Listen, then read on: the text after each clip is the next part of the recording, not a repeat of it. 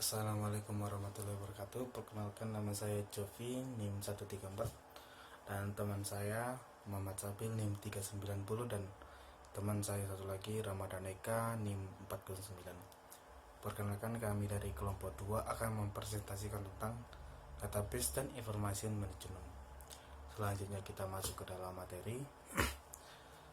Yang pertama adalah pengertian database. Apa itu database? Database merupakan suatu kumpulan dari data yang saling berinteraksi satu dengan yang lainnya, tersimpan dalam perangkat keras komputer dan digunakan di perangkat lunak untuk memanipulasinya, yang berfungsi untuk sebagai penyedia informasi bagi para pemakainya. Jadi database ini untuk berfungsi untuk penyedia data bagi para customer maupun perusahaan, di mana setiap perusahaan ingin mencari data-data mereka tidak lagi ribet seperti dulu. Nah, kita tahu dulu itu kalau setiap perusahaan ingin menyimpan data-data dari para pekerja maupun customernya akan disusun di map-map dan disimpan ke lemari. Nah, itu otomatis akan menggunakan biaya yang lebih karena membeli map dan lain sebagainya, dan juga memakan tempat yang lebih banyak karena menyimpan di lemari. Coba kita bayangkan kalau dalam 10 tahun berapa lemari yang akan dibutuhkan daripada perusahaan. Nah, dengan adanya sistem ini maka perusahaan itu menjadi simpel dan tertata. Jadi kemungkinan data yang akan hilang itu menjadi lebih minim karena sudah tersistem pada program perangkat keras tadi yang berada di komputer. Selanjutnya adalah tujuan dari database. Tujuan dari database adalah untuk menentukan data yang dibutuhkan dalam sistem, sehingga informasinya yang dihasilkan dapat dipenuhi dengan baik. Nah, kita sudah tahu pengertiannya tadi, dan tujuannya ini untuk yang pertama itu memudahkan dan menginformasikan kepada seluruh perusahaan maupun sistem yang ada supaya lebih jelas seperti itu. Contohnya itu, nah, kita dalam menikmati YouTube ini, kita itu kan apabila ingin mendaftar kan memerlukan email. Nah, di dalam email ini perusahaan YouTube memerlukan data-data para penggunanya. Nah, makanya kita harus dipastikan memasukkan email maupun data-data pribadi kita yang berada di email tersebut, sehingga perusahaan YouTube ini mengetahui berapa konsumen yang umur segini yang menikmati YouTube. Nah, seperti itu. Jadi sehingga adanya pengelompokan. Yang kedua adalah tujuan, contoh bentuk hierarki data dalam database. Nah, di dalam bentuk hierarki ini yang terbesar adalah database, terus yang selanjutnya adalah file di bawah database.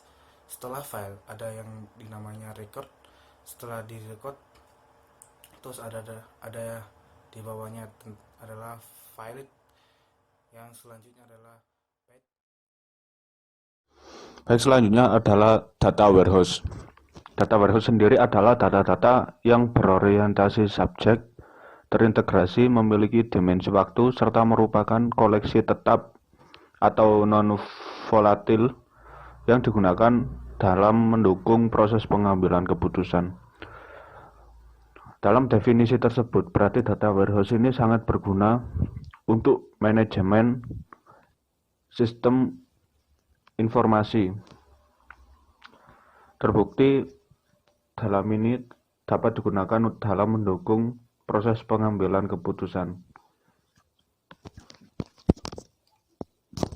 Selanjutnya ada 4 tugas yang bisa dilakukan dengan adanya warehouse. Dengan adanya data warehouse.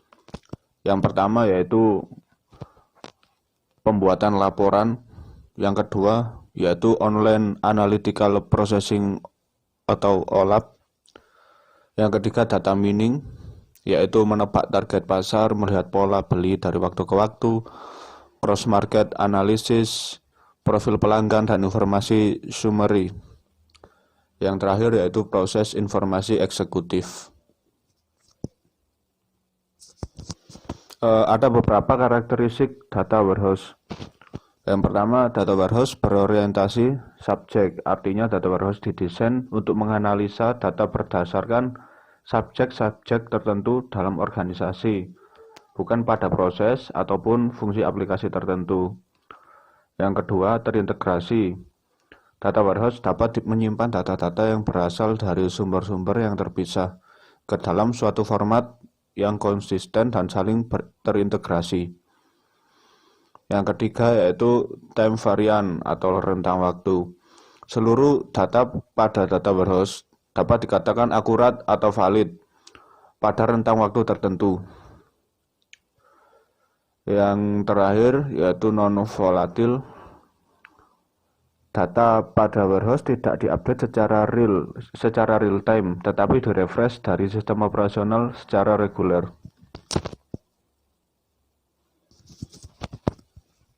Nah, selanjutnya yaitu business intelligence. Business intelligence sendiri merupakan kategori yang umum digunakan untuk aplikasi dan teknologi untuk mengumpulkan, menyimpan, menganalisa, dan menyediakan akses pada data agar dapat membantu penggunaan dari kalangan perusahaan agar dapat mengambil keputusan dengan lebih baik dan tepat.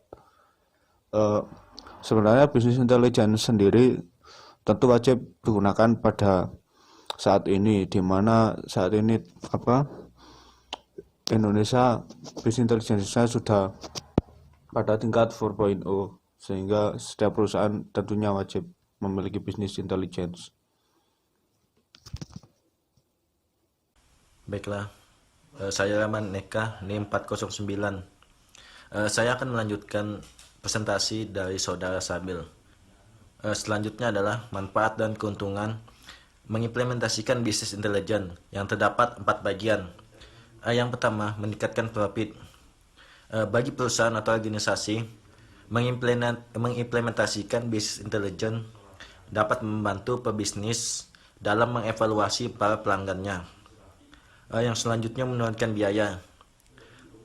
Business intelligence ini dalam suatu perusahaan atau organisasi secara tidak langsung akan menurunkan beberapa biaya yang juga menjadi beban bagi organisasi tersebut.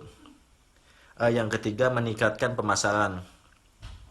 Dalam persaingan bisnis yang semakin memanas, banyak perusahaan besar menerapkan business intelligence untuk bertahan dalam persaingan. Jadi pentingnya business intelligence dalam suatu perusahaan itu untuk mengevaluasi, menganalisis pelanggan, dan dengan demikian perusahaan dapat mengetahui pangsa pasar yang produktif serta menguntungkan bagi perusahaan. Yang keempat yaitu mempermudah pengambilan keputusan. Business intelligence seringkali digunakan untuk membantu dalam pengambilan keputusan. Business intelligence ini memanfaatkan dan menganalisis data, informasi, dan pengetahuan untuk memberikan nilai tersendiri perusahaan. Contoh yang tepat, bukan yang tepat ya, maksudnya contoh perusahaan yang menggunakan business intelligence ini, saya beri contoh United Pipe and Supply Co. Kedua, PT Adaro Energi Tbk, dan yang ketiga adalah Fintech Integrity Indonesia. Yang terakhir adalah kesimpulan. Jadi kesimpulan dari business intelligence itu adalah yang dimaksud, arti dari business intelligence adalah kumpulan metodologi, proses, strategi, dan teknologi yang digunakan oleh organisasi untuk mendapatkan atau keperluan transformasi data mentah menjadi sebuah informasi yang berharga. Dengan definisi tersebut, maka ruang lingkup business intelligence terdiri dari manajemen data, data integrasi, data quality, data warehouse, OLAP atau online analysis processing, master data management, data lake, report, dan data visualisasi. Saya rasa demikian presentasi dari kelompok kami. Bila ada kata salah, mohon dimaafkan. Kepada Allah kami mohon ampun. Wabillahi taufiq wal hidayah. Wassalamualaikum warahmatullahi wabarakatuh.